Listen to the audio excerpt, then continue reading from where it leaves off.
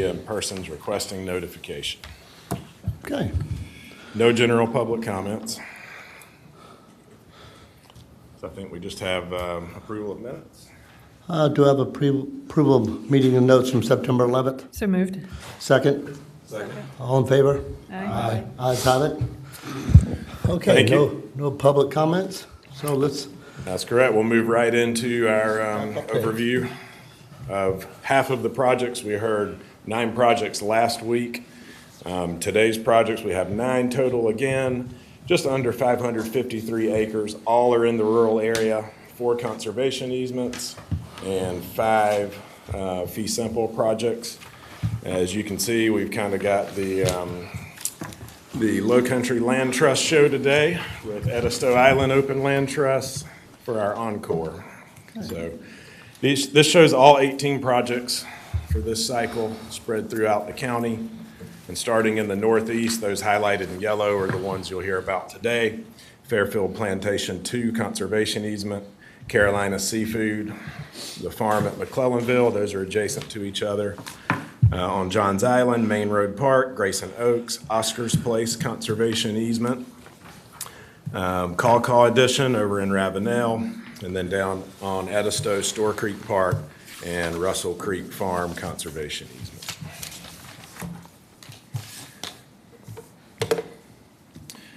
Just want to direct your attention to the rural funds column, and specifically those cells highlighted in yellow. Total requested in rural funds from today's meeting is just under $8.5 million. If approved, that would leave just under $12.2 million. But then if you also back out those projects that were recommended for approval last week, the total available balance of all projects this cycle are approved would be just under $9.3 million for rural funds. We're not hearing any urban projects today, so that amount is the same as you saw last week. There was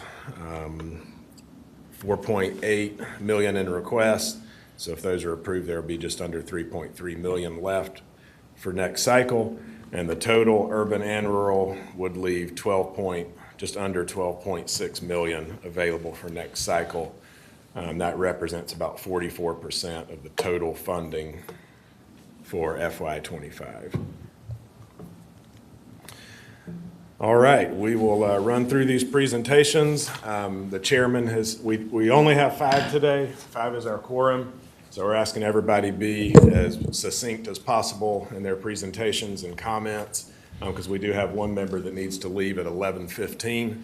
And once that person leaves, we can't hear any more projects. So we would not have a quorum. So we're going to give you 6 minutes. You'll hear a bell ring just like this.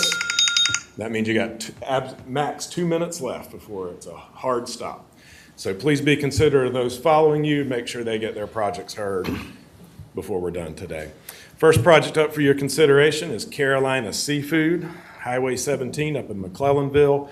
A request from Low Country Land Trust, fee simple in the rural area, and it's 14.7 acres. The request is $715,500.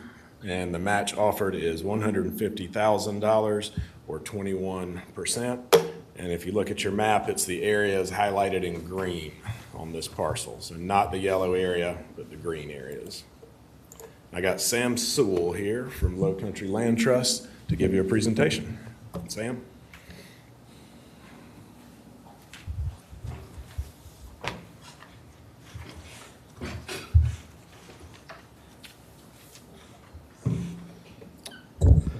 Good morning, everyone. Thank you for the opportunity to present this project to y'all. My name is Sam Sewell. I'm the Community Lands Director at the Low Country Land Trust. Today, I'm asking you to consider funding for the fee simple acquisition of the Carolina Seafood Highway 17 tract. So this tract is approximately 15 acres located along Highway 17. In this picture, you can see Highway 17 right there on the right. That's the town of McClellanville's sign at North Pinckney Street intersection. So we are requesting $715,000 and $500. So that's $700,000 for acquisition, along with $5,000 in minor improvement funding, and then $10,000 and $500 for due diligence costs. The match will consist of $150,000 from the South Carolina Conservation Bank. We did just get an appraisal on the property, and it was appraised at $850,000. So this property is located at the entrance to the town of McClellanville along Highway 17, north and south Pinckney Street, and then Graham Farm Road. The property is completely undeveloped. It consists of open pine savannas, some ponds, and a few grand live oaks that are at that North Pinckney intersection. This 15 acres is a portion of a larger 30-acre tract, and you saw in Eric's slide kind of that cutout. So that remaining 15 acres that will not be protected will be the site of the future landward facilities of Carolina Seafood, and I'll touch on that a little bit later. So protection of this property is directly aligned with the town of McClellanville's open space plan that's in their comprehensive plan. So it'll add further to the town's network of green space, and you can see it's in, I don't know if up there's that green right there. So it's this lot, this area. So that's their gateway green space as it's defined in their comprehensive plan. And then just quick note, the project I'll be presenting next is located right here. And so you can kind of see that connectivity to existing public land and protected land. So once LLT purchases the property, we'll place either a deed restriction or conservation easement on the property. There'll be no subdivisions, no residences, limited impervious surfaces. So we'll and then also protect the grand trees on the property, obviously, and then no mining or industrial uses on the property. We'll transfer the property to the town of McClellanville and be owned as a town park and have full public access. Feature walking trails, passive open space. There's 3 ponds on the property, so a lot of passive recreational use such as bird watching, maybe fishing, things like that. So this is a pretty unique opportunity to protect the green space at the gateway to McClellanville. The property was listed on the market prior to LLT getting a contract on the property. And so that was listed for commercial development. So it's helped balance a lot of the growth in the surrounding area. It also helps preserve McClellanville's rural character. And then kind of what I touched on earlier, this is a part of the Preserving McClellanville's Working Waterfront initiative. So I mentioned earlier that portion of the property that's not going to be purchased, that'll be the future landward facilities of the Carolina Seafood. So both the protection of this property and that development of those landward facilities are part of that initiative, and it's a pretty exciting initiative that was started in 2017. It involves Clemson University, SCC Grant Consortium, the Town of McClellanville, McClellanville Watermen's Association, McClellanville Community Foundation, and then obviously Low Country Land Trust and Carolina Seafood. So that's essentially setting up a sustainable future for McClellanville's seafood industry. And so, so we do have a backup plan if those landward facilities aren't developed into those, that property isn't developed into those landward facilities. So we're working on a right of first refusal on that remainder of that property. So if that, for some reason, that vision isn't achieved, we can then add that additional acreage into the park in the future. So that's all I got for you. And so thank you for the opportunity to present this project, and I'm happy to answer any questions. Thank you, Sam. No public comments for this one, Mr. Chairman. I got a quick question. Was the town of McClellanville or Carolina Seafoods ever approached for a matching contribution on this whatsoever? No. So the town, no. In terms of financial contribution, no. The town will be obviously owning the park and making improvements to the park. In terms of the purchase price with Carolina Seafood, part of the goal of the initiative is essentially to match both conservation priorities, such as the open space plan for the town, as well as providing funding to the Carolina Seafood Corporation. The plan is for it to transition into a seafood cooperative, and so the working waterfront and some of the facilities on the waterfront will transition into that ownership, as well as that landward kind of tract that we're leaving out. And so this is a way to endow that initiative or that cooperative. And so kind of give them a boost initially for the watermen and the shrimpers and whatnot. So. Anyone else?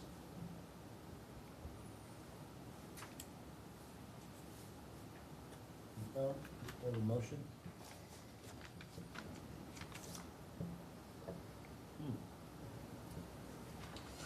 For discussion, I'll make a motion to approve. Have a second? I'll second. All in favor? Aye. Aye. Ayes have it.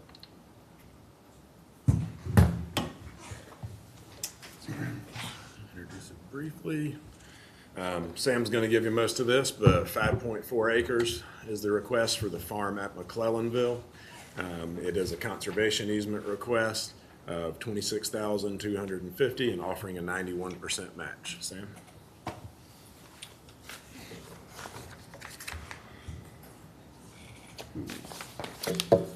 Yeah, thank you. So, like Eric said, I'm asking you to consider funding for a bargain sale conservation easement at the farm of McClellanville tract.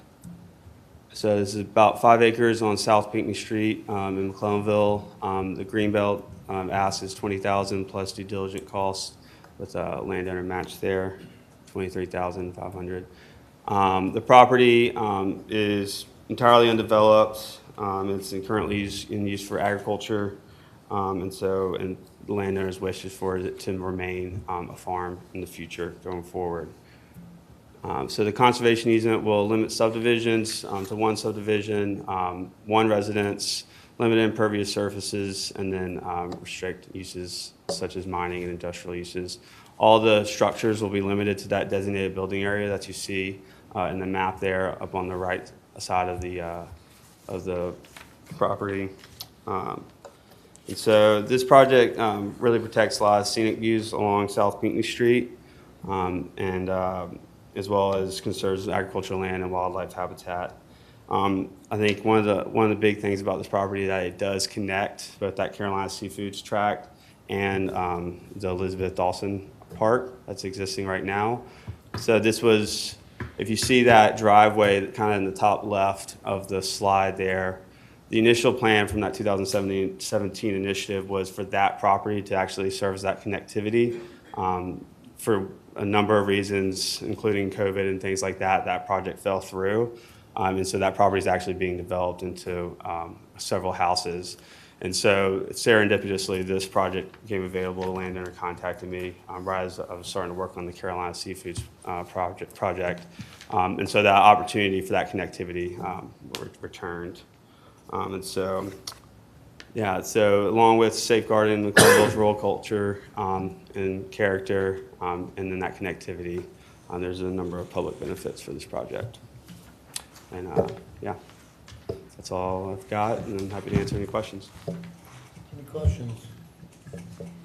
Yeah, real quick, when you say connectivity, are we talking about like actual pathways and whatnot? Yeah, so the landowner, so the reason for the one subdivision is the property currently is in 2 TMS numbers. One TMS number is that smaller kind of corner where the designated building area is. The other TMS is the larger agricultural land. She already has it in her will going to, I think she has it, I think just at the county parks, but her intent is for that to donate that land in her will to a public entity. So we're gonna work with her, you know, after the easement to adjust that to either the town or Low Country Land Trust. And then she's already committed as well to allowing for a multi-use pedestrian path to go along through that property. So providing that connectivity to Carolina Seafood. And that, you know, the Elizabeth Dawson Park has a pedestrian bridge over Jeremy Creek that connects into the Cape Romaine school there. So provides that, you know, connectivity to a school as well. Could you go back to your overview? It might have been the Carolina Seafood one that you had, and just kind of show us how all this connects. Yeah, can I just keep going back? Yeah, so if you see right here, this is the Carolina Seafoods right here. The school's right here. bridge right here. There's, there's sidewalk, and then this is the track right here, these two right here. And so it'll connect those two. So there'll be this park right here, and they'll be able to walk down. The town already has, it's right for, its easement to add sidewalk improvements. Part of the goal for that slip of Carolina Seafood track along Grand Farm Road is to increase that, pedestrian, walkability, maybe to like a 10-foot sidewalk, multi-use pedestrian path, something like that, and then have that connect down through the park or through the farm and then back down to Elizabeth Dawson Park. And the current owner's okay with that? Yes, yeah.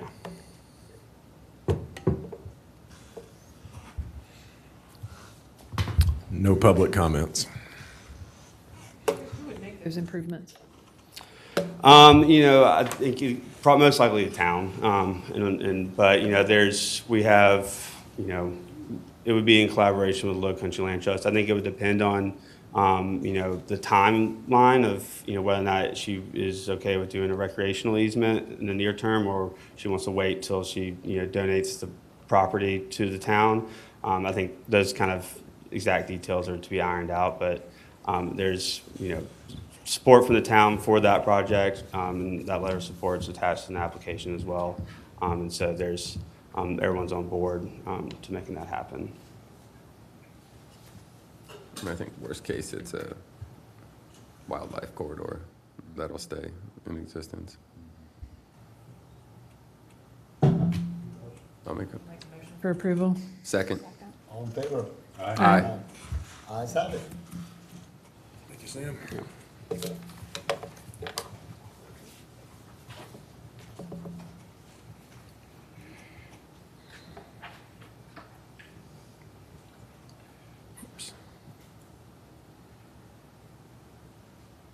All right, the next Low Country Land Trust project for your consideration is a fee simple request in the rural part of Ravenel, for 35.2 acres. The request is for just over 2.1 million, and there is a 40% match being offered. And I've got David Ray here to give you a presentation. David, you're welcome. Good morning, subcommittee members. David Ray with Low Country Land Trust. This project is proposed, it's called the Holly Grove Jones Tract. It's proposed as an addition to Kaw Interpretive Center. You can see on this photo the location of the property. It's right at the juncture of Highway 17 and T Farm Creek. 35 acres, about 11.6 are highland. You can see our request there includes some money for transaction costs, and Charleston County Park and Recreation Commission, which would be the future owner of the property, would be putting in match funding for both the purchase price and for improvements to the property once acquired. So we were able to get this property under contract, and just want to make the point that Greenbelt funding is part of our putting together our financing for the project to be able to keep moving forward on that contract. So it's critical to get this funding into the project. You can see on this map, the red tract in the middle of the map on the left is the subject tract, and you can see how Kaw, which is that purplish color, really wraps around this project. The purplish color is public protected lands on this map, so less than a mile to the southwest of this project is the Dungannon Wildlife Management Area.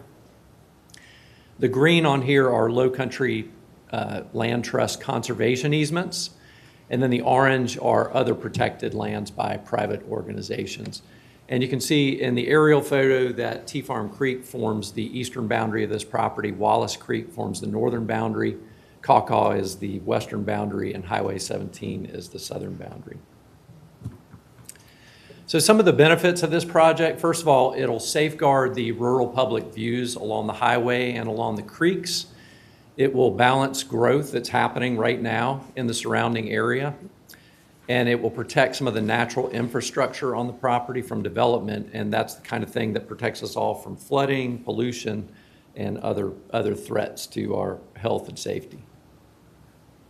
This is what would happen to the property if we're not able to move forward on this contract. This is a conceptual plan that indicates essentially what the owner plans to do with the property if we're not able to purchase it and protect it. So averting that from happening will do a lot of things. One thing it'll do is preserve and enhance the experience that people have at Kaw Interpretive Center. Nature, history, that's all part of the experience there, and it will preserve all of that going all the way down to Highway 17.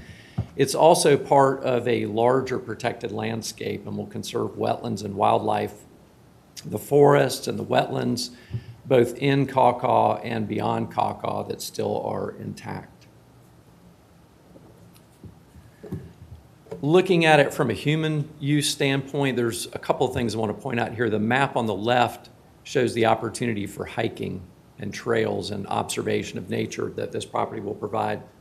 What you see there is the solid yellow line in Kaw are the existing trails, and then the dashed dotted yellow lines are the proposed extension into the Holly Grove tract from Kaw. And then the map on the right shows both paddling and biking opportunities. So if you look there closely, there's a green line that runs through the map. That is the East Coast Greenway, which runs from Maine all the way to Florida, and it passes right by the southern boundary of this property. And then the white dotted and dashed lines are paddling trails, and you can see that what this will do is it'll create another node along one of those paddling trails where paddlers can take out or put in to that trail and access other nodes along the trail. And one of the things it'll do will be to allow paddling from Kaw freely for the first time. And so here's a view of that Wallace Creek paddling trail, and the red arrows on the photo and the map roughly match up, pointing the same direction. So what you see in the photo is on the right-hand side in the foreground, you see the northernmost tip of the Holly Grove tract, and you have access essentially to deep water at that point. And it's pointing at the tip of the arrow to the Greenbelt project known as the Sea Island Small Farmers Cooperative Project, which will also have paddling access. So good connectivity with the past Greenbelt project. This is a paddler's eye view. You had a bird's eye view before. This is a paddler's eye view looking into the Holly Grove tract from Wallace Creek.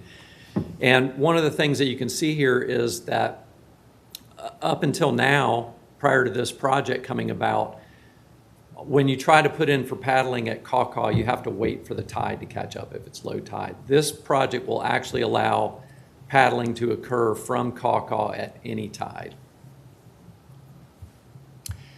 Looking at the Greenway, want to point out here one of the benefits of this. So the map that you see on the right is taken from the East Coast Greenway Alliance website. They map the entire Greenway. And that red and white line that you see there is Savannah Highway, and it shows up on their map key as being extreme stress or high stress, extreme caution. So the shoulder, as you can see from this photograph, is very small at that point. And what this project is going to do is it's going to enable about 900 feet of that to be moved off of the road, along with the rest of Kaw, which is another mile, which will really protect the lives of people trying to use the East Coast Greenway. So whether they're trying to go 3,000 miles along the entire Greenway, or if they're local people who are trying to use the Greenway for day use, it's going to benefit a lot of people. Lastly, Low Country Land Trust will hold a conservation easement or a deed restriction on this property, similar to the one that we hold on the Sea Island Small Farmers Cooperative project, and it will limit all the normal things that our conservation easements limit. Will be within the impervious surface limits of the Greenbelt program guidelines, and we will be partners with PRC in perpetuity on this project. So lastly, again, just want to emphasize Greenbelt funding is critical to this project, to enabling Low Country Land Trust to move forward on the contract. And so we request your recommendation that it be funded. Thank you for your consideration.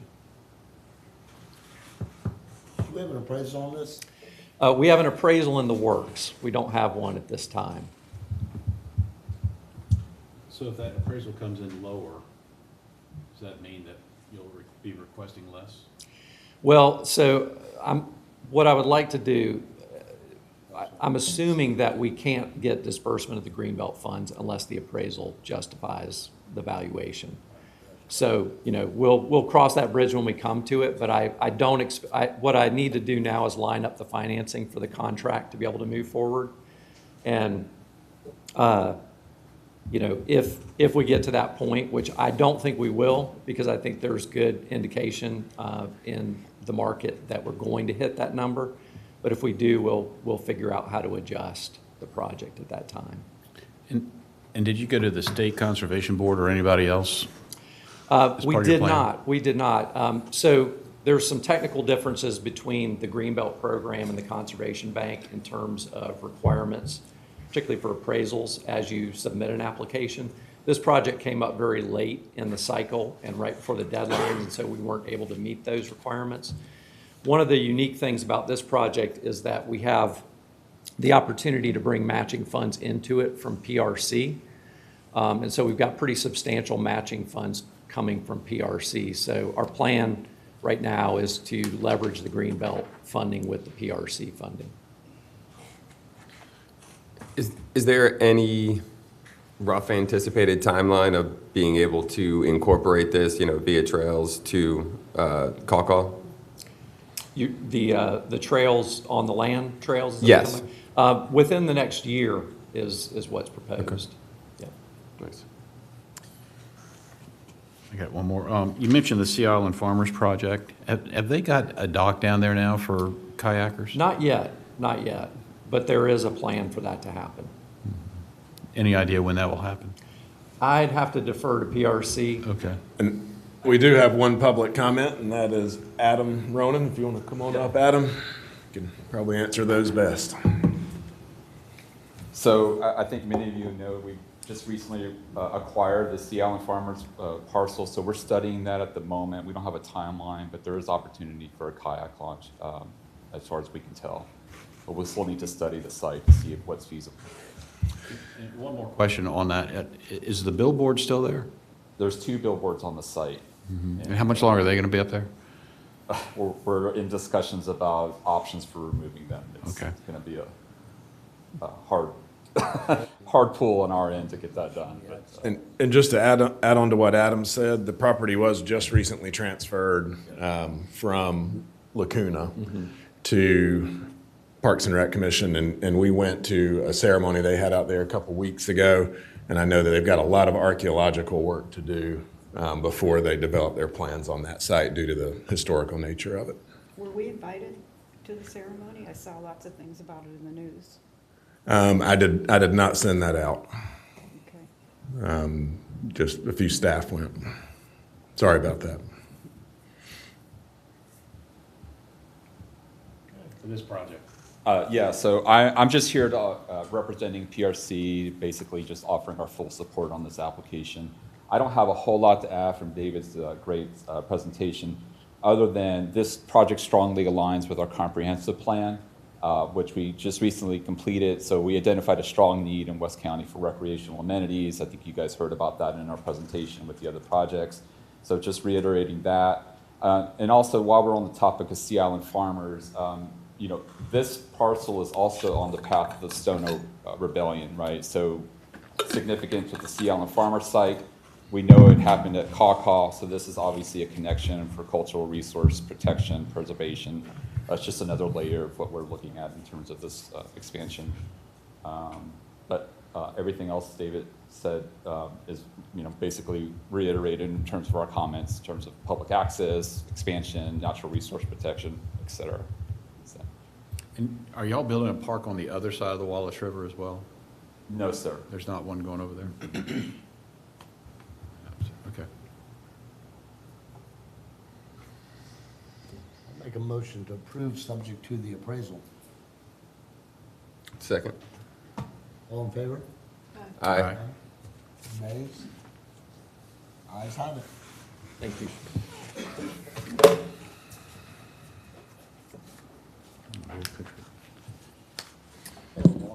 Next project for your consideration from Low Country Land Trust is the Fairfield Plantation 2 Conservation Easement. It's 254 acres, requesting $317,800 with just over 200% match. And as the name of the project suggests, it is in addition to an existing conservation easement that Greenbelt helped fund previously. So if you can see that red line right there, the areas to the north are what you're considering today. And I've got Hunter Allen that's going to give you the presentation. Hunter. Good morning, advisory group and Greenbelt staff. Thank you for the opportunity to present this project. So like Eric mentioned, this is the addition and remaining acreage of Fairfield Plantation with 480 acres just to the southwest already protected by OLT and a conservation easement that was funded by Greenbelt in 2013. The conservation easement value is $930,000, and we're requesting $300,000 plus $17,008 in costs. And the landowner donation of the conservation easement value is $630,000, and that represents his donation of the CE value, and an additional $10,000 is being offered in match as far as his due diligence costs and transaction costs, representing a total match of 201%. So here you see an aerial and then a land cover database representation. And Fairfield Plantation is currently owned and managed by Pinckney Land Company, and its members are direct descendants of Thomas Pinckney, who acquired the property in 1784. He served as a major in the 1st South Carolina Regiment in the Revolutionary War, and following a major injury at the Battle of Camden, returned home to Fairfield Plantation, where he focused on managing his lands, crop diversity, land reclamation, and agricultural engineering practices on Fairfield and other land holdings. Also served as a South Carolina congressman, governor, and U.S. congressman, finally withdrawing from public life after the War of 1812.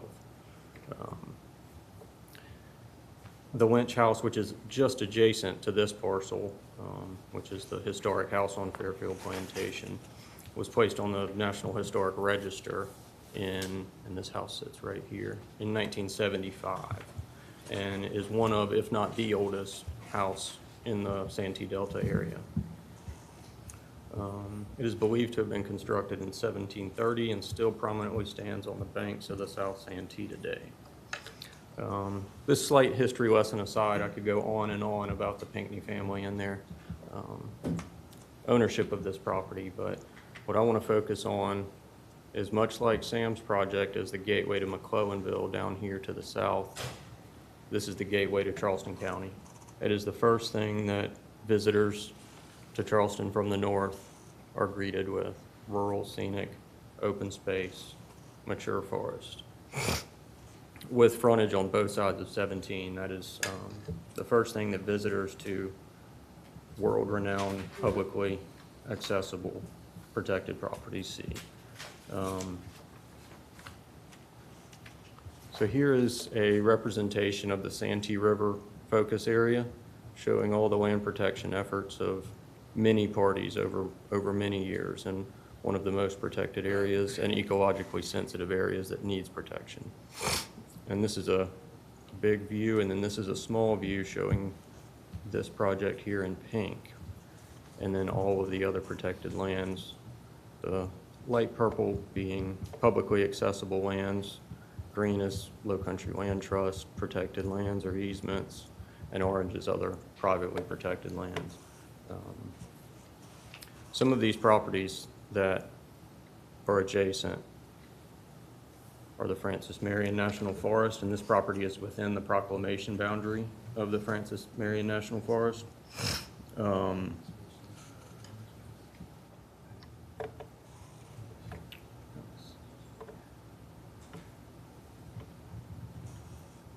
So as you enter Charleston County, you would be going to the Francis Marion, Santee Coastal Reserve, Cape Romaine National Wildlife Refuge, or Hampton Plantation. And all of these would pass right by Fairfield Plantation and its rural scenic views. Just a few examples of what people come to see. The managed 12,000 acres of beautiful wetlands of Santee Coastal, the White House on Cape Island and Cape Romaine, and 259,000 acres of Francis Marion National Forest. These publicly accessible properties account for nearly 1 million visitors annually, sprawling over 330,000 acres. And this property is publicly visible on 4 thoroughfares in the area: Highway 17 south and north, the South Santee Road, which leads out to Santee Coastal Preserve, as well as the South Santee River. And here's another representation showing all the publicly accessible properties that Fairfield is adjacent to.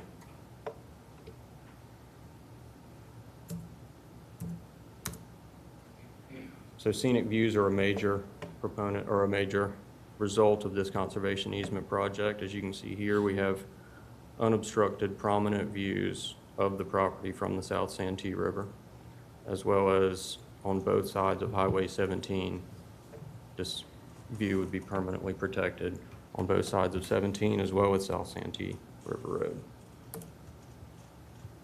The conservation easement, which is fairly restrictive, will restrict subdivision of this property to 0.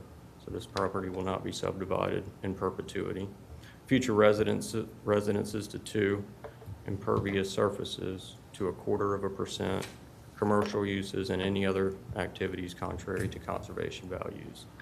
Property also has over 30 acres of forested wetlands here, which are a great benefit to the public, water quality, and much flora and fauna that show up every year to use that. And the benefits of this is evident in water quality that leads out to the Atlantic Ocean. And so given Fairfield's prominent location, providing the comforting scenic views to the residents of and many visitors entering Charleston County, its varied habitat types supporting these many flora and fauna of significance, and the favorable project financial criteria make this project a significant win for the citizens of Charleston County, South Carolina, and beyond. So we're asking for a vote to recommend approval of this conservation easement project to County Council. Happy to take any questions or provide clarity on anything. Any questions from the panel? Can I ask a question? Can you go back to the map that showed where you were talking about the house? Oh, man, you got against us. Bad question. So why isn't the house included in the easement? Is there a reason why? So they wanted to hold out freedom to use the house and that parcel for other conservation initiatives, and have just the freedom over that parcel. Okay, and then down to the south part, or the southwest part of the property. What is that property being used for? Is that a different landowner? The property to the southwest? Same landowner, Same landowner? different parcel, just 10, 11 years in between. And it's not protected? It is protected. Oh, it is Yes. already protected. Okay. And that's Thank you. 480 acres protected by the same landowner. I'd make a motion to approve. All in favor? Aye. Aye. Ayes have it. Thank you. Thank y'all very much. Let's see what's going on here. Without fireworks, no one even does anything. We gotta go? Okay, we're adjourned for a moment.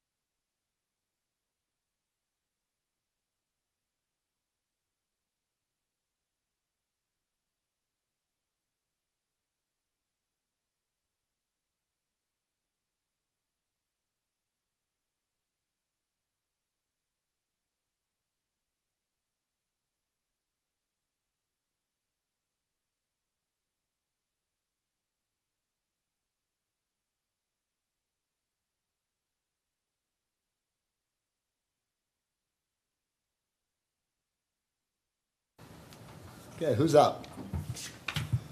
Low Country. All right, here we go. Next Low Country Land Trust project for your consideration is a conservation easement titled Oscar's Place. It's on Johns Island. It is just under 50 acres. The request is for just under $315,000 with a match of 158%. And I've got Natalie Olson to present this project as well as the two following this. Natalie?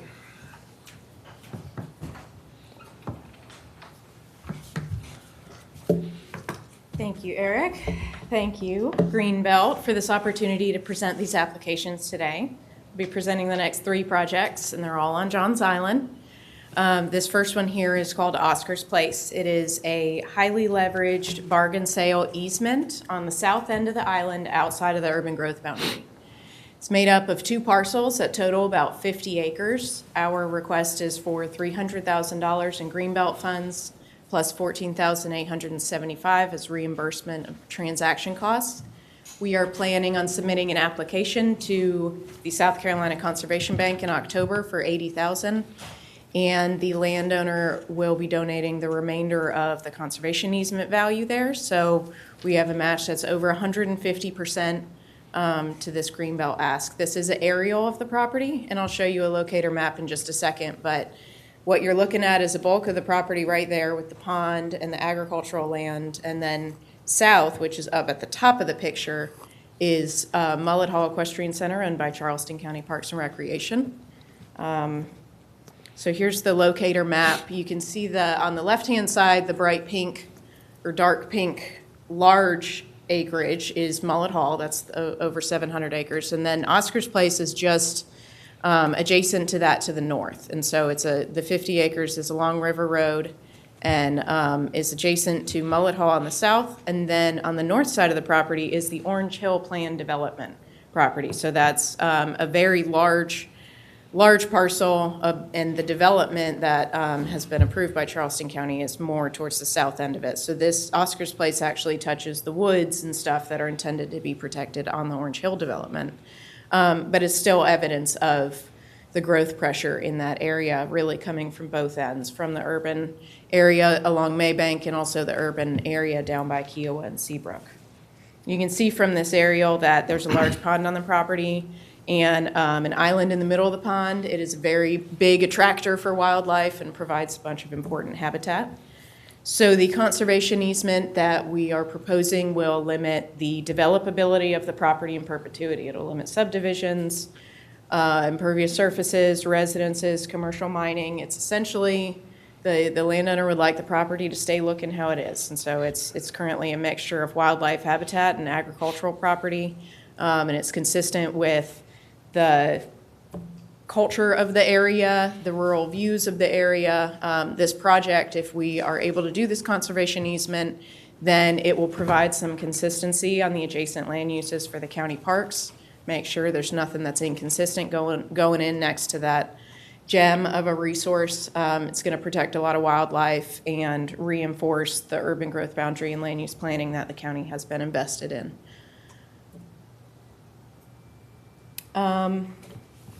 We have public support letters from the Johns Island Council, the Johns Island Task Force. Overall, this is just it's a highly leveraged private bargain sale easement that we're excited to get in front of y'all and are very hopeful that it's going to spur some additional conservation easements in this area. What's the restrictions on as far as number of subdivisions Yep. or homes, or what's our In restrictions? the on term this? sheet, we've got one subdivision, just because it is currently made up of two parcels now. And Okay. so that would permit one subdivision into two separate ownerships. It would permit three houses, three residences, which are currently on the property. No additional ponds. It's not on waterfront, so it would limit commercial activities and whatnot. But it's one subdivision, three residences, and we're looking at 15,000 square feet of impervious surface. There's about 5,000 or so on the property now. So very, very small impact in terms of, it's pretty much keeping what is there on the property, which is three small homes, one subdivision. Any other questions? Would you go back one slide? Can you help orient me? Is that Yes. River Road right there? in the Yes, it middle? is. So the And then- road that you see, yep, going down the middle of the picture there is River Road. Oscar's Place is on the southern side of it, and you can see that's one of the houses that's on the property. And then on the other side of River Road, all of that is Mullet Hall. So we are looking south. You can see the Kiowa River off in the distance there, and then Kiowa Island back beyond it. But those are fields and woods that are at Mullet Hall. And essentially, the boundary of Oscar's Place is on either side of that picture. In you said one subdivision. Explain that one to me. I would think, but they can't build any homes on it because you're restricting the homes on the whole property, right? So the whole property will be restricted with the conservation easement, and it would allow one subdivision, so that provides for two separate owners. There's Okay. currently two parcels there that are owned by the same person. And I believe all three of the existing residences are within that one parcel, but the idea is to give them the flexibility to have potentially two of the children have separate ownership. And those three houses, there will be designated building areas where those existing houses are, and there may be one additional optional building area on the back side of the property, just to give a little bit of flexibility.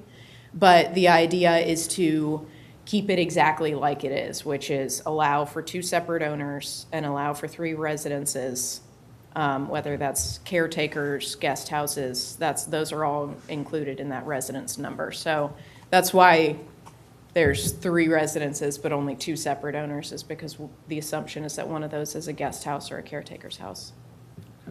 Thank you. And it's currently zoned AG8. I make a motion to approve. All in favor? All right. Aye. Ayes have it. Next. Thank you. Do it from here, Yep. Next. Natalie's next project is Grayson Oaks, a fee simple request for 94.4 acres and 2.9 million in rural funds with a 38% match. Natalie? Thank you very much. All right, so this is a fee simple application. We have a property under contract on Johns Island called Grayson Oaks. It is approximately 94 acres. It's made up of three separate parcels. It has access and frontage on Main Road as well as Humbert Road, and then an additional access point that's not currently usable on Bridle Path Road. We are requesting 2.9 million from the Greenbelt program plus 12,500 to reimburse our transaction costs. We have submitted an application in the July round to the Conservation Bank for 600,000. And our purchase price of the property is 3.5 million, and our appraisal has a fair market value at 4 million. So we negotiated a purchase price that was well below fair market value and are able to bring to the table that $500,000 as an additional match. So our total match comes up to 1.1 million, that's 38%.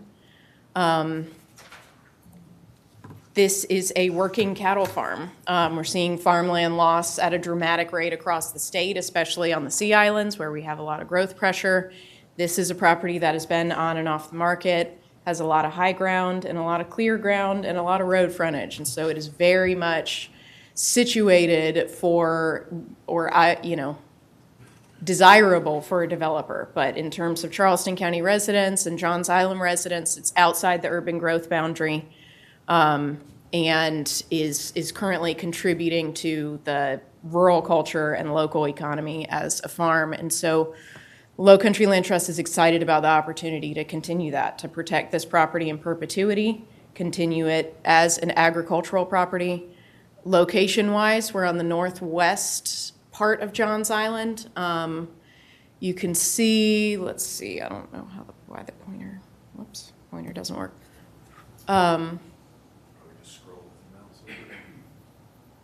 Either way, that's okay. So it's the pink kind of L-shaped property in the middle there. You can see from the aerial, Main Road goes along the right-hand side. And then the top border is Humbert Road. And then there's a number of other, somewhat larger parcels around it. This is a really unique opportunity. It's a property that's under immediate threat of development. It is a iconic and visible property right when you get on Johns Island. It's pretty much one of the first big farms that you see coming from the Limehouse Bridge. there's a lot of pressure on the infrastructure, there's a lot of pressure on the resources, and pretty big loss of wildlife habitat in this area, and not a whole bunch of land protection. And so this is a project that the Land Trust is committed to owning long-term, committing to helping support new and expanding farmers by leasing the property out to new and expanding farmers to keep it in agricultural. And, on the flip side, 2 of the 3 parcels are zoned to AGR, which is 1 house per acre. So as far as developability, what we're doing here is keeping this property, we are limiting development with a conservation easement and keeping it as agricultural and wildlife habitat. You said AGR what? 2 of the 3 parcels are zoned AGR, which is 1 house per acre. Per acre? What's And the other? the other is zoned AG8, 8. which is 1 One house per per 8 acres. Okay.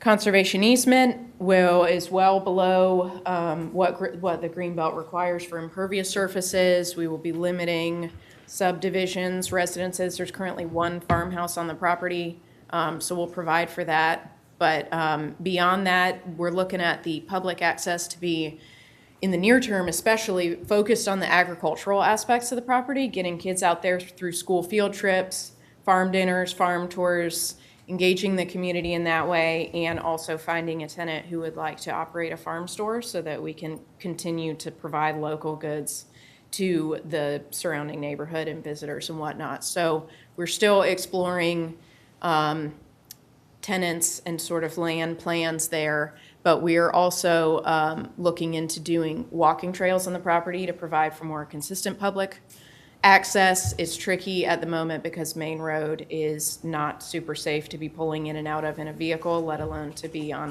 a bike or on foot. And so we're really hoping to tie walking trails in the future to future bicycle and pedestrian improvements, which are in the near term plans of Charleston County. I've got a couple, there is a public comment here, so I wanted to make sure there was time for that and then time for y'all's questions. So we have support letters from Johns Island Task Force and Johns Island Council, and we're not requesting a deviation from the impervious surface limit. So we're looking at about 0.5% for impervious surfaces when the limit is around 3%. So questions?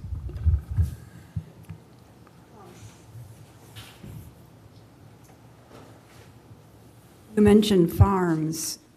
Like, what do you think would be built on the land? What would these farmers be building, and what would that do to the impervious surface? Currently, there is a small farmhouse. It's built in 1960 or 70. It's less than 1,000 square feet. So you can see in this photo on the bottom right, there is a cattle barn, and then there's a small metal equipment shed beyond that, and then closer, not in this picture, is a 2-stall concrete horse barn. The plan is for the farmer to use those existing structures. The only anticipated development of the property would be to facilitate a farm store and public access. So making sure that the public has an area of unpaid parking to be able to access the property to the extent that school buses need to be able to pull in or whatnot. The improvements on the property are going to be focused on allowing for and enhancing the public access, and all of that, to the extent legally allowed, will be impervious pervious surfaces. So unpaved parking, gravel roads, that sort of thing. And that's what we have planned for. So the existing impervious surfaces are about 5,100 square feet, not much more than that. I have one more question. Does your match include the money that has been requested from the Conservation Bank Board? Yes, it does. But you do not have that yet? Correct. Okay. Correct. A quick question. Did you say it is currently being operated as a cattle farm? Yes. Okay, so if you purchased it, is the intent to lease back to the current farmer? The current farmer wants to move. He has his main cattle operation is outside of town in Walterboro and on another piece of property. And he has had this property listed. He doesn't live on the property. He's had it listed on and off for a couple of years. I don't know if y'all recall. Charleston County considered buying it about a year and a half ago for a storm debris site, storm debris burn site, and that was voted down by council because it was too heavy of an industrial use. So it has been on and off the market, and this farmer is looking to get off the property and take his cows with him. And so we are looking for a tenant or tenants that can make use of those pastures and keep it working land. Are you aware of current demand? Like, have you checked out, like, is there, like, a good potential to get it to be a working farm? Yeah. Yes, yeah. Our early indications are absolutely. There's a program with the state called SC FarmLink that keeps a database of people interested in leasing properties. So we've looked in and we've got a list from them. And also, honestly, word of mouth has been, Johns Island and Sea Island's culture is very farming reliant, but with property prices being the way that they are, leasing property is pretty much is a very difficult thing to do for farmers right now. And so especially ones looking that need grazing pastures and whatnot, this is an ideal property for us to be able to offer it up for lease. One more question. Would the easement define any of the agricultural practices allowed? So just to kind of, Yes. keep it, okay. Yes, it will require it to be consistent with best management practices, but we're also going to require an adaptive land management plan so that whoever the tenant is and the land trust are working together on a plan that's 5 to 10 years out, that's adaptive in the event that, things change or the situation changes. We'll be able to, we've already been discussing how to make sure to keep livestock out of the water and, repairing fences and whatnot, but we are actively working on an adaptive land management plan, and that will be required by the conservation easement to keep with us. When it comes to the activities that you explained earlier between the farm store and then the children coming to visit and all that sort of stuff, is whoever you lease to responsible for that, or will Low Country Open Land Trust have a certain management responsibility? The land trust as the landowner is ultimately the backstop, but we are looking for a tenant who can provide that public access. That's really the idea, is to find somebody who's able to offer that up without needing the land trust involvement. Okay. To the extent that there's not very robust opportunity there, which I don't see happening, but to the extent that that's the case, then the land trust will step in and make sure that the public is able to access this property and engaging in it. And so that's why we're looking at the walking trails. But our goal is to have that be a responsibility of the farming tenant. We do have one public comment for Grayson Oaks, Ms. Patricia Fair. Welcome to the mic. Thank you, and good morning, everybody.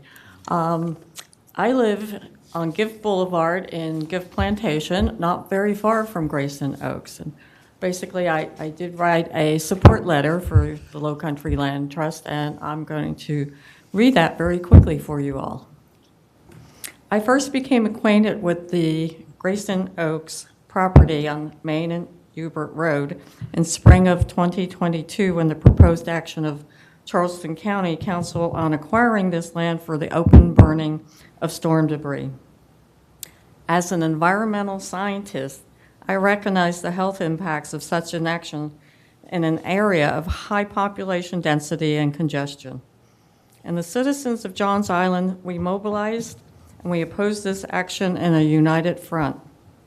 The proposed use of the area for a burn pit was wrong on so many levels, and the swift and intense backlash of the proposed use of Grayson Oaks was heard. Charleston County opposed this land purchase for the burn site and placed the health and well-being of its citizens first. The current proposal now from the Low Country Land Trust to purchase this for long-term lease for active farmland uses, potential public access, future walking and bicycling paths is a huge win for Johns Island, especially since the increased population growth of Johns Island combined with the unbridled development of high-density apartments housing has led to intolerable traffic congestion. The development has proceeded on Johns Island in a very unbalanced way with lack of green spaces, recreational spaces, and access to waterways, making the area less livable over time. I wholly support Low Country Land Trust purchase and proposed use of Grayson Oaks that would create a lasting protection for this property and will have a positive impact on the Johns Island community. Such actions place priorities on long overdue goals and key issues of preserving the character of Sea Islands. Just as opposing Grayson Oaks for a burn pit sent a resounding message that you value the health and welfare of thousands of residents who would have been affected, the approval of Grayson Oaks as a conservation property sends a very positive and hopeful message. Thank you. Thank you.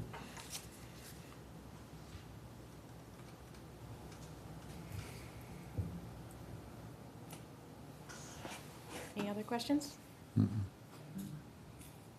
Any questions? I'll make a motion to approve. Second. All in favor? Aye. Ayes have it. Thank you. Next. Thank you. Next, Low Country Land Trust project Natalie will present is a fee simple acquisition. Main Road Park, you'll recall this one from a previous cycle. It's back before you with a few changes. It's 40 acres. The request is for just under 1.7 million in rural funds with just under a 40% match. Natalie? So just hang on a second. So this was not approved by council, or was it not approved by us? I can't remember. You all recommended approval, I believe, just prior to council. Yes. They requested to withdraw it. There were some multiple owners, and they had ownership disagreements on the price. See. Okay. Well, I'll just very briefly, y'all have seen this project before. We applied last year. We didn't have the property under contract at that time. As things go, it took longer than we anticipated to get the property under contract, so that's why we had to withdraw. We are back. We have it under contract. We are ready to work towards closing. We have a lot of the due diligence already done. The thing that's a little bit different in this application versus last year is we are requesting 1.666750 in Greenbelt funds, which is slightly higher than our previous request, but we have a more robust match. We are asking for $19,200 in reimbursements. Our appraisal of the property is, for the 40 acres, came in at just over $2 million. And so we are bringing a landowner donation of over $280,000. Barrier Islands Little League is here, so I'm going to turn it over briefly to them in just a second to just introduce themselves and say a thing or two about the project. But we have a 39% match, and if y'all remember, this is outside the urban growth boundary on Main Road. It's actually about 70 feet from Grayson Oaks, and so it's really cool because we're stitching together what is a diverse kind of mix of public access opportunities on this part of the island where we really don't have many. We've got Grayson Oaks with agricultural, Main Road Park is with the Barrier Islands Little League, recreational, active and passive, and then there's some other projects including the Simmons Creek Park, which is not far, and that'll be more walking trails and waterfront. So it's a very important ingredient in the puzzle of public access and conservation that we're piecing together. This is, we negotiated a discounted purchase price. Our plan is to record a conservation easement or deed restriction that adheres to the impervious surface limits that Greenbelt has, so no deviation in that. And Low Country Land Trust will hold the easement in perpetuity in Barrier Islands, and we will transfer the property to Barrier Islands Little League to be the landowner in perpetuity. This, as y'all can see from the GIS map there, it's in a high growth area. We're outside the urban growth boundary, but it is not uncommon to have third acre lots. There's actually a number of third acre lot residential subdivisions around this property. And so putting a park here is just ideal because this is where people live, but where we don't need dense development. So these are just a few quotes from last time and a very conceptual sketch from the Barrier Islands Little League. Needless to say, this is a very supported project. There's a couple others from Barrier Islands Little League that might not be speaking in the interest of time today, but I wanted to make sure to thank them for coming and showing their support. It's a really engaged network, and they're very committed to making this project a success, and we're excited to be working with them on it. So, Mary, do you want to Can I come ask up a for- quick question before you hand it Yeah, off? absolutely. Did I see that there was a $60,000 match of Yes. existing buildings? Yes, so our appraisal came out at $2,010,000, valued the structures at $60,000. So our request has those as a match. The plan is to use the existing house there, which is a modular home, to be retrofitted to be a Little League concession stand, score box, that sort of thing. And to the extent that the other structures are usable, those will be used for storage and whatnot. So, and there's plenty more, millions of dollars in improvements that the Barrier Island Little League is planning. We kept things pretty tight on this just so that we could have some of the specific line items, but rest assured, the Little League is invested in a great plan that will cost millions over time. Yes, it will. This has been a great project to undertake for Johns Island. Barrier Island Little League has grown enormously. We have 3 baseball fields currently, and we will add 4 here. That would make it so much easier. We dreamed big. We chose to do bigger things we can pull the state in for Little League, the region, and hopefully have lots of people coming to Johns Island to see the beautiful area it is. I'm happy to answer any questions you have. There's a few people here that want to speak, and there's a few people that might help answer some of the questions in our development if you have them. Any questions? We do have two signed up for public comment. Okay, let's hear them. First is Meredith Vasquez. Good morning. Thank you for hearing our project. Undoubtedly, if you opened this up to the Barrier Island Little League families, you would get hundreds of families that want to talk to you about what baseball means to their family and their kids. But I just wanted to take 1 minute and tell you our unique experience with BI. My husband and I are both athletes. I know I don't look it now, but played all the way through college. My husband even tried out for the Junior Olympics as well. And then we had our son, Jude, who at the time was our only son, who was born with autism and SPD and a myriad of other challenges. Obviously, the dream of seeing him play sports kind of died. We tried, but it died every time. And really, we had come to a point where I was like, I'm done. On a whim, one night, we drove past the BI field, and it just happened to be the night where they were signing families up, and I walked in and met Todd for the first time, who told me, it's okay, none of the T-ballers know what they're doing. It's organized chaos, so just sign them up and let's see what happens. Well, it was awful. It was a disaster. And the next spring rolled around, and I told my husband, if Coach Pitch doesn't go well one more time, I'm done. I can't keep sitting through this. It's embarrassing. It's ripping my heart out also. And then all of a sudden it just clicked. He loved it. And he was good. And he was being coached by men that were patient with him. And BI gave us something that we thought we would never have, which was 3 seasons of watching him play and cheer my face off from the stands. Then fast forward 2021, we adopted our 2 older boys through foster care.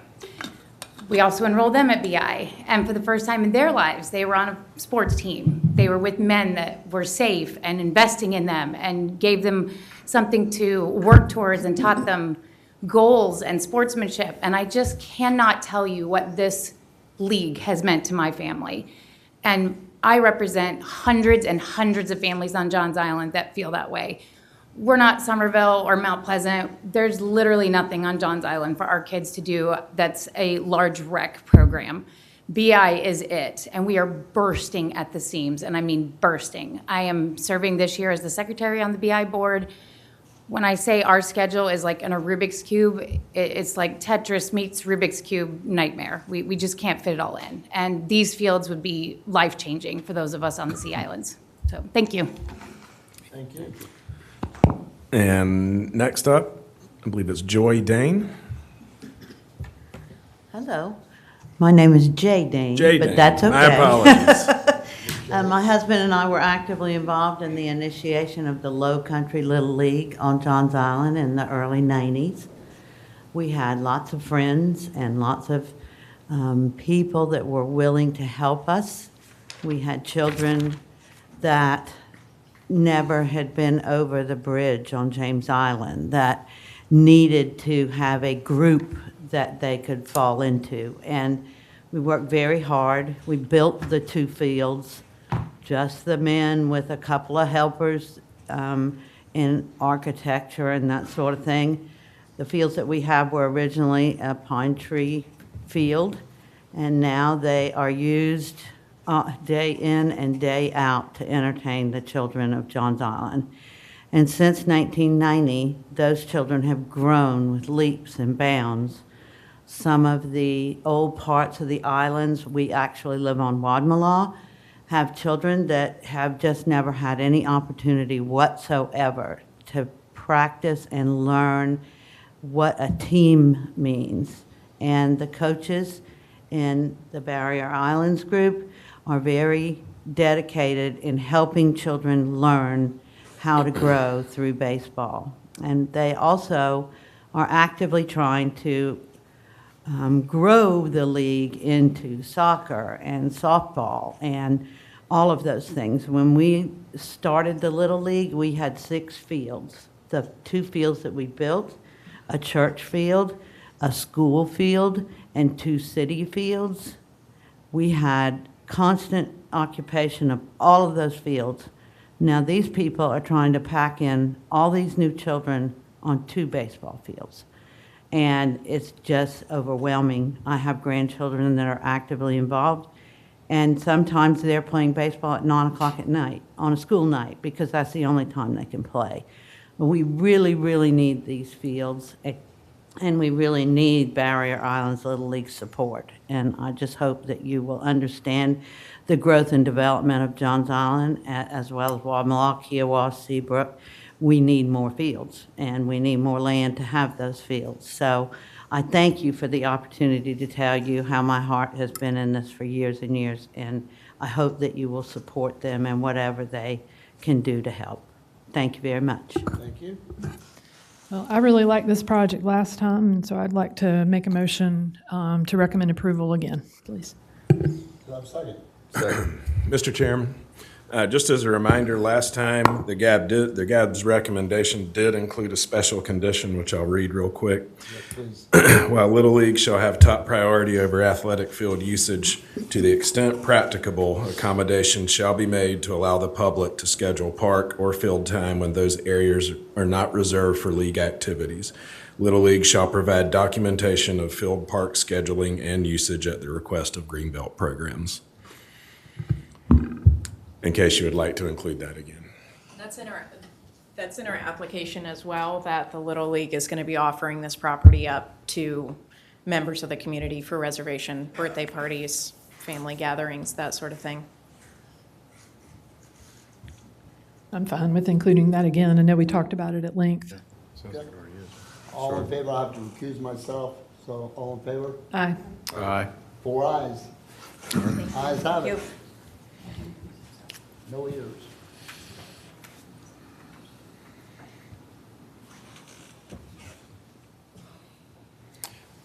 All right, as promised for the encore, we have Edisto Island Open Land Trust here. They're requesting $250,000 in rural funds for 1.7 acres. Is that right?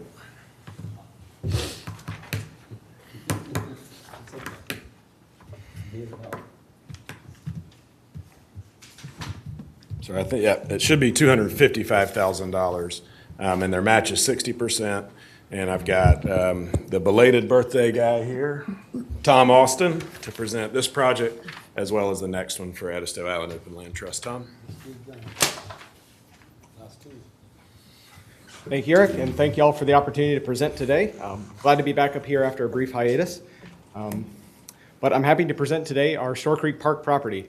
And there are probably about 20 different rabbit holes I could go down with this property. I'm really excited about being able to present this to y'all today and for us to be able to work on it. I'm gonna stay out of those best as I can, but just an overview of the property. It is a small lot. It is 1.67 acres in total. It is 3/4 of an acre of high ground. It's currently a vacant residential lot. However, it is zoned community commercial in rural Charleston County. The property is mainly an open lawn at the moment, as well as containing marshland habitats as well as a hammock island on the south end of the property. It has semi-deepwater access to Store Creek Park. It's right on the border of what I would consider deep, and an existing dock down there, as well as 2 portable sheds, a drinking water well, and a perimeter fence around the surrounding entire upland surroundings of the property. And the property is accessible off of Point Pines Road and highly visible from the Edisto Island National Scenic Byway. The property has immense conservation value and strategic value to the conservation of Edisto Island despite its small size. It is part of 2 scenic view sheds, both the historic Point Pines Road as well as the Edisto Island National Scenic Byway. The Edisto Island Open Land Trust has been working for over 20 years to protect the view sheds along the scenic byway. Has been working for the last 10 years to protect the view sheds of Point Pines Road. The property also has a lot of historical significance on Edisto Island. Chiefly, it contains a 450-foot stretch of the historic public road that used to span the entire length of Edisto Island. It is primarily now buried underneath Highway 174. We've been working for probably about 25 years at this point to preserve all the remaining stretches of that historic public road that we can through conservation easements and fee simple acquisitions. We own the stretches of that road on either side of Store Creek already. Additionally, this property is next to the Bailey Storehouse, which is on the historic register, and that same lot also contains the historic Bailey House, which was built in the 1700s but is not on the register. And additionally, to the east is the Reconstruction era Bethlehem RMUE church that has existed on that lot, been in operation since the Reconstruction era, although the current church building was built in the, I believe, 1940s.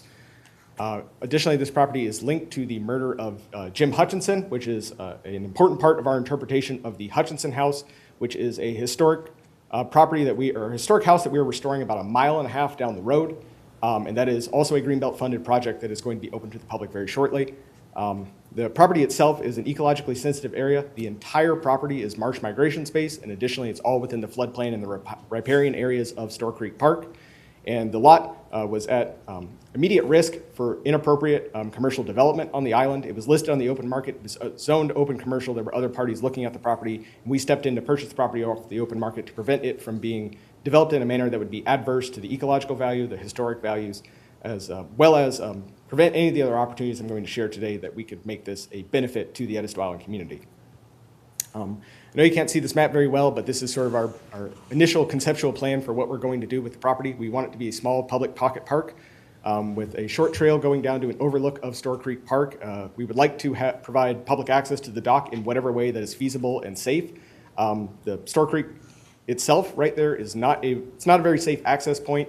Additionally, the configuration of the dock, the depth, and the tidal exchange there is not particularly safe, so we don't think we're going to be able to provide public access to the floating dock, but we do want to try and provide public access to the extent feasible to the pier head for fishing, crabbing, wildlife viewing, and that kind of thing.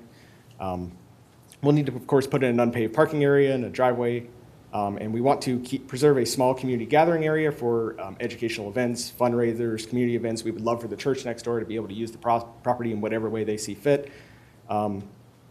And additionally, we're looking into ways to link this to other existing green spaces in the area. This is pretty much at the end of the existing Edisto Island bike path. It ends right there at about Point Pines Road. We would love for this to be a start-stop point or a waypoint into a larger greenway or trail system on the island. And additionally, it's only about 750 foot away from Botany Bay Heritage Preserve to the east, and there's only 3 landowners between us and the Heritage Preserve. So if at all possible, we want to create a trailway connection to Botany Bay. Can't make any promises at this point, but we're starting to talk to landowners. The church seems to be interested. We're still trying to work out with the 2 private landowners past them, and we haven't gotten any formal communications started with DNR, but I have mentioned it to their staff. This property is going to have tremendous strategic significance to the island and to all of our other ongoing projects on Edisto Island. Like I said, it's highly visible from the scenic byway. This would have great support for our ongoing youth and adult environmental education programs that we've been implementing over the last 10 years.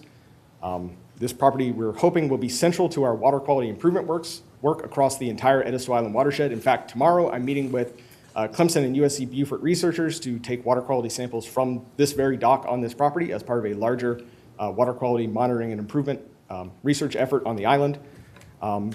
As mentioned, the property has a lot of historic preservation potential and significance for our interpretation on the site, and it is also part of an as of yet unconnected conservation corridor. As you can see on this map is only a mile wide, by the way. There are 11 already funded protected Greenbelt projects in the surrounding area within a mile of the property. And the property is, pointer doesn't work, doesn't it, Eric? Pointer does not, this should work. Click on that. So the property is right here on the map. As you can see, it is right next to the northeastern corner of Botany Bay Heritage Preserve. It is surrounded by all these other conserved conservation easements, as well as our Hutchinson House property over here. We own 2 other sections of the historic public road right here, just below the Serpentarian, and up here on Westcott Road. We are working to try and connect this conservation corridor as best that we can. And additionally, we would love to connect this property to Botany Bay if at all possible. This property also offers a unique opportunity that we don't think we're going to have a chance at again. This lot was previously sold in 2022. That landowner tried their best to develop it in the way that they wanted to see. They ultimately couldn't get the permits for the exact plans that they had, so they decided to list it again for pretty much the same price it sold for in 2022. We were able to pick it up off the open market and take this commercially zoned property off of the market and prevent an inappropriate development of this really ecologically and historically sensitive area on the island. And so this is a reimbursement request. We have owned the property since April 19th of this year. And this would enable us to create these sort of larger connections to public green spaces in the surrounding area, as well as make this a center point for some of these other environmental education and other programs that we've been implementing on the island for several decades now. Looking specifically at the transactions itself, again, it's a reimbursement request. Our appraised value was $345,000. The value of the land itself was $330,000, with the improvements, mostly the dock, being valued at $15,000. We were able to purchase the property for $332,000, so just a hair underneath, or just a hair over the actual value of the land, so we pretty much got the improvements for free. We are making a request to Greenbelt of $220,000 for the purchase of the land itself. We also have an open application we'll hear about next week with the Conservation Bank for the remaining $110,000 to make us whole on the acquisition. We received a grant from the Low Country Land Protection Capacity Fund to cover our due diligence costs, so we were able to offer those as match as well. We are additionally requesting $30,000 from Greenbelt for the minor improvement work, mainly the parking lot and the driveway. I don't think we're going to need all $30,000 there, but with these marshfront properties, it can get fairly expensive, and we may need a significant amount of fill in order to meet requirements for that parking lot. But we hope to use as little fill as possible. We're pledging the existing structures, which are going to be maintained in support of the part, those $15,000 as match, and we're also putting forward $20,000 internally for the interpretation, the management, the improvement of the existing structures, as well as all the planning and everything else that goes in that isn't covered by the minor improvement funds. So our total request is $250,000, and we have about $150,000 of match. And with that, I'll take any questions. Any questions?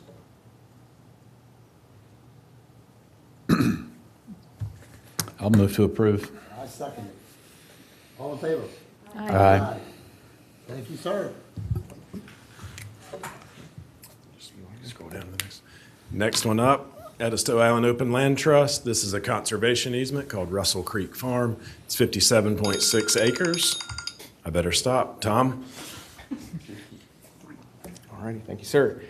So we also have a conservation easement application up here for y'all today. This here is a map of the property over here. As you can see, there are 3 residential out parcels that are enveloped by the property. Those are being excluded from the easement, just to get that out of the way up front. That's to make the lives of everyone involved easier. They're already developed to the maximum extent allowable by zoning, so including them in the conservation easement wouldn't increase the conservation value, and it would just make the easement and the stewardship and monitoring more complex for everyone involved. So they're being excluded in order to simplify the easement. This property contains a tremendous amount of wildlife habitat in the form of the tidelands surrounding it. It's primarily marshland, as well as salt meadow and maritime fringe forest. There is a cleared area on the property, as well as about 3 to 4 acres of planted pine forest. The property fronts deep water on Russell Creek, and as well as it's accessible by Russell Creek Road. And there are only 2 existing structures, the community dock that serves all 3 of the residences, as well as a small pump house that supplies water for, I think, 1 of the residences, as well as the infrastructure in there as well, the shared septic drain field, the shared driveway, the shared telecommunications lines. The property has a lot of conservation value. This provides a diverse assemblage of tidal habitats for many threatened and endangered species. There's probably about 12 different threatened and endangered species, both state and federal, that utilize the properties found on this, utilize the habitats found on this property to include the swallowtail kite, the eastern diamondback rattlesnake, the eastern black rail, salt marsh sparrow, monarch butterfly, southern plains bumblebee, American bumblebee, tricolored bat, northern long-eared bats. The list goes on and on. It's also a night heron rookery around the existing freshwater pond that's on the property, as those of y'all who came out to the site visit saw. This area on Russell Creek is at risk for residential development. This lot is not directly at risk. The landowners want to protect it. That's why they're doing this conservation easement. But Russell Creek the whole Russell Creek Road area has been developed at a density higher than most of Edisto Island. It's a highly sought after area on the island. So if we're not able to protect this now, and it does show up on the open market, it will probably be developed almost immediately to its maximum extent. Additionally, the highest conservation value I see in this property is its immense connectivity to the surrounding past conservation successes. Just as a quick fun fact, currently 62.2% of the Little Edisto Island, which is about a 3,500 acre sub-island on the north end of Edisto, is already protected through 15 easements and 3 fee simple preserves. And as you can see on this map, again, pointer, this is the property over here. It is directly contiguous to our existing 7 conservation easements here at the end of San Russ Point, as well as a Low Country Land Trust easement here, as well as the Greenbelt funded Graves Ash Point Farm easement in 2014. And so this property is only about 4 or 5 acquisitions away from having complete connectivity to this 30-mile long conservation corridor down the South Edisto River, entirely within the Ace Basin that stretches from Edisto Beach all the way to the Ashley River in Somerville. And so it's our goal to link this, if at all possible, to the existing conservation successes over here and really solidify the connectivity of this property. And additionally, I wanted to note that this lot here to the north of it is currently undergoing the permitting process to be restored as a saltwater wetland mitigation bank. And so if that is done, that property will be permanently protected by a conservation easement that is further stewarded by the Army Corps of Engineers. So if that does come to fruition, the entirety of the San Russ Point will be protected if we're able to protect this lot as well. Just to briefly go over the draft conservation easement terms, because all the residences are included in those out parcels, there's no subdivision and no residential development allowed on this lot at all. They are allowed to maintain the existing infrastructure, the existing dock and pump house, and they did request the right to place a communal pole barn for storing communal equipment, as well as a small gazebo in support of the existing community dock. There'll be no new docks on the property. Total impervious surface is less than 0.5% in the aggregate, and I believe that's based off of the high ground area, not including any of the marsh, so 0.5% of the 9 acres of high ground. They've reserved the right for agricultural, forestry, as well as recreational uses. There will be a roadside and waterfront setback and buffer placed in excess of what the county currently requires, and the easement will prohibit any wetland disturbance, mining, commercial uses, or industrial uses on the property. The property appraised for $640,000 unencumbered, without any inclusion of any structures. And I just wanted to highlight this. The easement itself appraised for $395,000. That is over a 60% diminution in value, which is a percentage we just don't see anymore on Edisto Island. So this is really a substantial gift by the landowners through this conservation easement. We negotiated a $140,000 purchase price from the landowners. That's about a 35% ask for the value of the easement. And they are donating the other $255,000 as match. We are requesting $20,000 to cover any and all possible due diligence costs necessary to the closing of this property. I don't expect to utilize all of that, but there always seems to be one little hitch in the giddy up that adds another $5,000 at the last minute on these conservation easements. So any amount of that that's not utilized will come back to the Greenbelt coffers, but that's there just in case we end up needing it to make this deal get to the finish line. So our total request is $160,000, and that would equate to a purchase price of $2.778 per acre.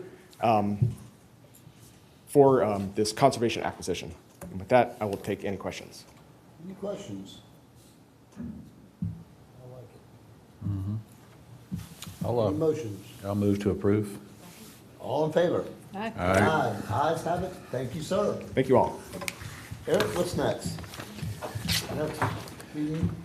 Next is just a reminder that the GAB meetings, full GAB meetings, will start next month, with the first one being on October 9th and the second being on October 16th. And that's all I have for you, Mr. Chairman. Don't forget to sign your recusal statement before you leave. Do you have one? Yes, sir. Okay. I don't have it up here. You got it? I've got it. Okay. Good. I'll sign it before I leave. And adjourn. All right, well done. Thank you. All right. Before 11, even with the fire.